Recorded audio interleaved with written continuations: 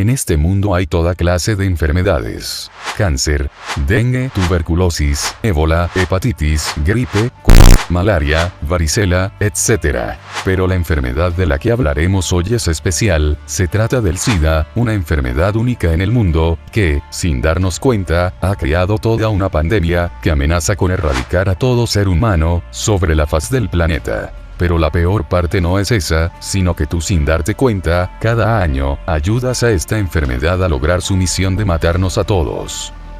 Así que ponte cómodo, que esto es el SIDA. La otra pandemia. El virus de inmunodeficiencia humana, o por sus siglas VIH, es un peligroso patógeno capaz de infectar a todos los seres humanos, sin excepción. Lo que hace este virus es dañar el sistema inmunológico, que se encarga precisamente de combatir a las infecciones y enfermedades, de ahí su nombre, inmunodeficiencia, que significa sistema inmunológico débil. Ojo, no confundir con el síndrome de inmunodeficiencia adquirida, mejor llamado SIDA. Estas son dos cosas diferentes, pero van relacionadas. Cuando una persona se infecta de VIH, el virus empieza a replicarse sin control dentro del cuerpo, atacando a las células del sistema inmunológico, y especialmente a las células T auxiliares, las cuales se encargan de prevenir infecciones patogénicas, es decir, las células del cuerpo que evitan que los virus te enfermen. Cuando el organismo está debilitado, se produce el SIDA, que es básicamente la consecuencia de no tener un sistema inmunológico bueno. En pocas palabras, el cuerpo se vuelve mucho más débil ante cualquier enfermedad. Como seguramente sabrás, el SIDA es considerada una ETS, enfermedad de transmisión sexual. ¿Por qué? Lo que pasa es que el VIH se contagia a través de ciertos fluidos que portan el virus. Estos fluidos son el semen, los fluidos vaginales, la sangre y hasta la leche materna. Obviamente, si alguien tiene relaciones sin protección con otra persona infectada, es casi seguro que la primera contraerá el virus, pero esa no es la única forma. También existe el contagio por sangre, que quiere decir que, si tu sangre está en contacto con sangre infectada, como cuando te hacen una transfusión o te inyectan con jeringuillas ya usadas, también contraerás el virus. Verás, al igual que nosotros, este virus también surge en África. Se considera que el VIH es pariente del virus de inmunodeficiencia de los simios, que es básicamente lo mismo pero en estos animales. Es muy probable que el VIH sea una variante de este virus, que evolucionó para atacar a los seres humanos. Esto quiere decir que el VIH logró saltar de los simios a las personas, quizás por humanos que se comieron algún animal infectado en algún lugar del África subsahariana. A esto se le llama zoonosis, y es cuando una enfermedad que solo afectaba a los animales, empieza a afectar a los seres humanos. Una vez el virus logró atravesar la barrera de las especies, comenzó un brote en el África subsahariana. Dicho brote generó una crisis de salud, que llevó a expertos de la medicina de diversos lugares a visitar la zona con el fin de tratar a los enfermos. Ahora, ¿cómo salió de África y se propagó por el mundo?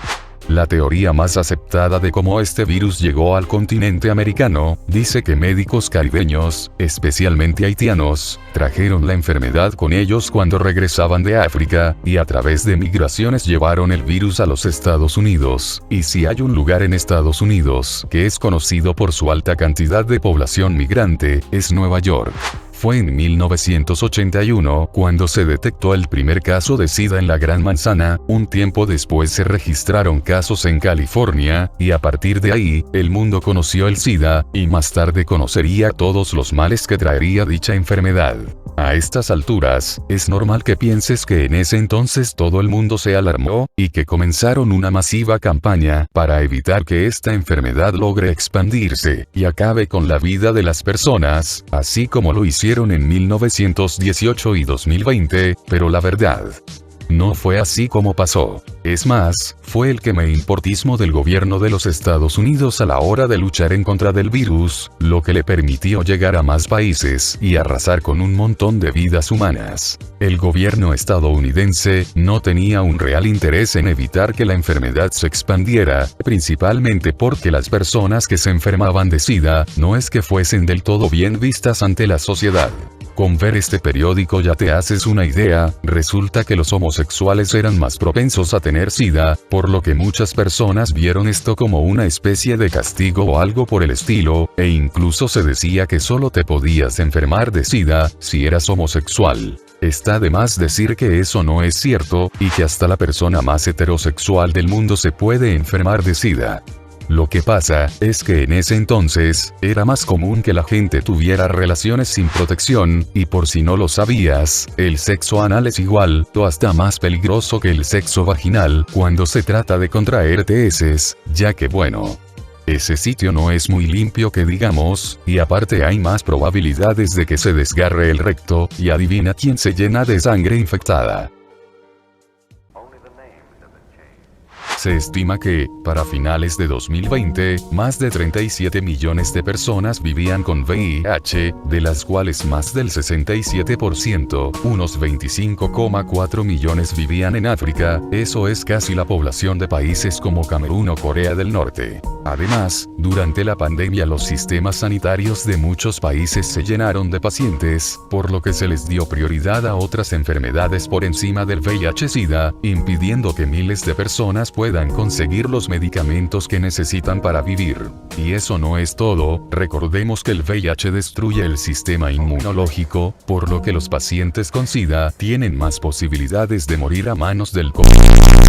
Y no podemos olvidar que, durante la crisis económica derivada de la pandemia, millones de personas perdieron su trabajo, incluyendo a pacientes con SIDA. Y antes de que lo preguntes, 36,6 millones de personas han fallecido por causas relacionadas al VIH-Sida, tan solo en 2020 fallecieron más de 680.000 personas, eso es casi un muerto cada minuto.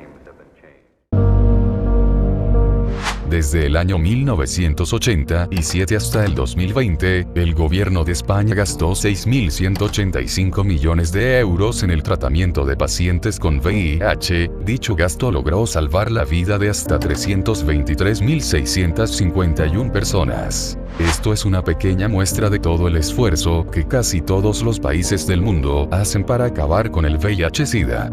Y como oíste, si se hace bien, da sus frutos, no solo en España, sino que a nivel mundial. El tratamiento consiste en usar medicamentos antirretrovirales. Estas pastillas impiden que el virus pueda replicarse, permitiéndole al cuerpo tener una posibilidad de combatir el VIH. Si bien estos medicamentos no curan el SIDA, lo que hace es que las personas con SIDA puedan vivir más años. Actualmente la estrategia de combate contra el VIH-Sida es evitar que el virus se propague, a través de campañas de concientización, educación sexual, mejoras en la detección del virus en poblaciones de riesgo, etc. La lógica es que, ya que el virus no se puede esparcir tan fácilmente, hagamos que sea todavía más difícil.